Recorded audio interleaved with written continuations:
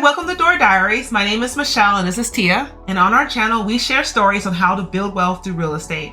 Be sure to check out our channel on a weekly basis to learn about real stories on real investors working on real deals.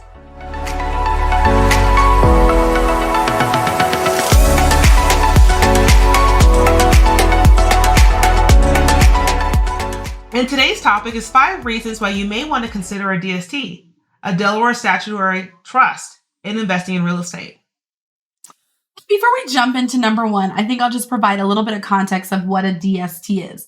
Basically, it's going to be a trust that has a managing member, the trustee, who actually manages the property. And then you have beneficiaries, which are the benefiting owners that take part in the equity title of the property. So for number 1, it's going to be to avoid financial obstacles. Basically, when someone is looking to do a 1031 exchange, they're able to do that into what's known as this DST.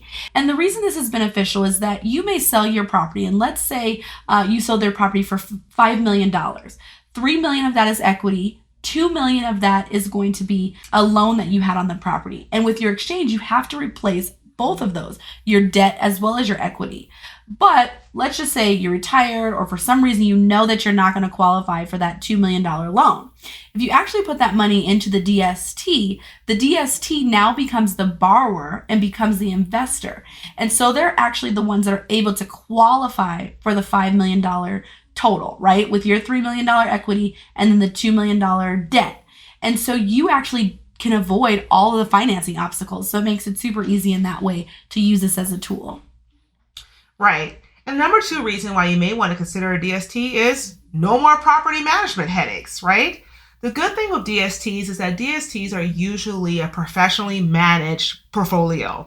So in this case, you as an owner no longer have to deal with the terrible T's of real estate, tenants, the turmoil, the termites, the toilets, all of that stuff, right? And because now it's more of a passive income, you can enjoy the terrific T's, right? The time, the travel, more time to play tennis, or all of those things. So keep in mind that, one of the benefits is that you no longer have to have a hands-on approach to managing your properties because now you're handing it over to the DST and they are managing those properties in exchange for the return they give back to you.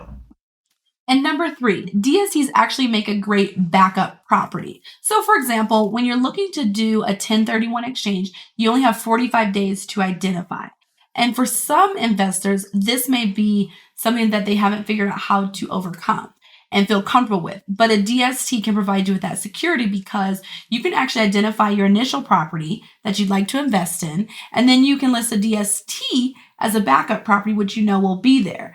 And this is beneficial just to give you a peace of mind when you're looking for a property. And the reason why maybe your first property falls out is financing or the inspection or something like that, but you've got this DST as a backup.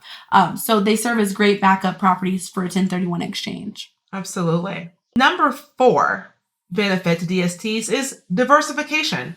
The great thing about DSTs is that a DST may actually own several properties in several different states. Versus if you yourself were looking to purchase something through a 1031 exchange, it may be difficult for your broker to identify 3 different buildings in 3 different states within the 45-day turnaround time that you need to identify a replacement property. So it gives a lot of diversification benefits when going through DSTs because they're owning several different assets in several different markets that help you diversify. And number 5, DSTs are a great estate planning tool.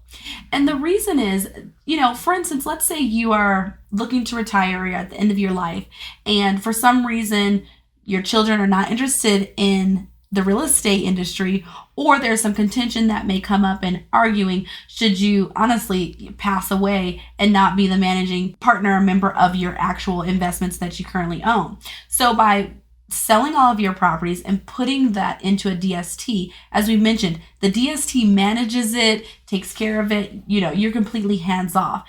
And so as someone that's looking to have a plan for their children and for their children's future, you may just sell your assets, put all the money into the DST, let it take care of it.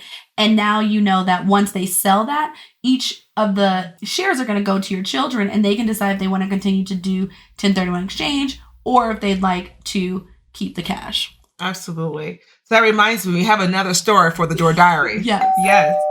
So, a prime example is a time when it was me and my colleague, we actually came across a seasoned investor, and it was towards the end of his career. He actually owned 5 apartment buildings that he'd had for almost 50 years. Wow. And he actually managed it himself. So he didn't even hire a property manager. He had a couple of maintenance guys and stuff, but that was his full-time job, managing these buildings for a long time. And, it got to a point where he was just really tired. He wanted some more time. He wanted to spend more time with his grandchildren, and he wanted to move someplace warm and enjoy himself, but he didn't want to sell and have to be subject to all the capital gains tax. But he wasn't interested in selling and buying something even bigger and handing it off to a property manager.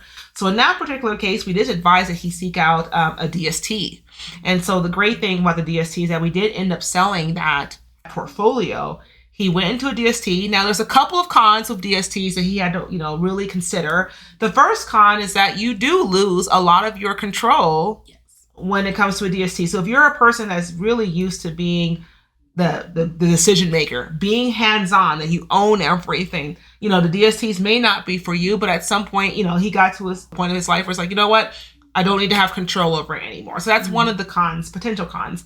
Another potential con as well, too, is that, DSTs are not liquid. So you're not going to be able to decide to just sell anytime you want once you invest into a DST. So you want to make sure that you go in there and figure out with the DST, what are their investment planning? What is their investment plan? To give you an idea as far as what those disbursements and what your return is going to look like. So it is illiquid. So he had to keep that in mind. But once we got over those 2 cons, he decided, the DST is a smart move. So he went ahead and did that. He did keep some of the cash. He did keep some of the cash liquid. He had to pay taxes on that, but he was able to, him and his wife end up moving down to Florida. They found someplace nice and warm, and now they're spending a lot more time. It took a while for him to adjust. Yeah. And I thought at some point he'll come drive by the buildings and see what they are. He hasn't came back since. So I think he's happy spending time with his family. So it was a really good move for him. Awesome. Yes, absolutely. Well, thank you for staying to the end. And as a bonus tip, another great thing about the DST is that you can avoid taxable gains on the boot. And so, for example, let's say your replacement property was supposed to be $3 million, but you only spent $2.8 million. You could actually take the rest of those funds and put it towards the DST.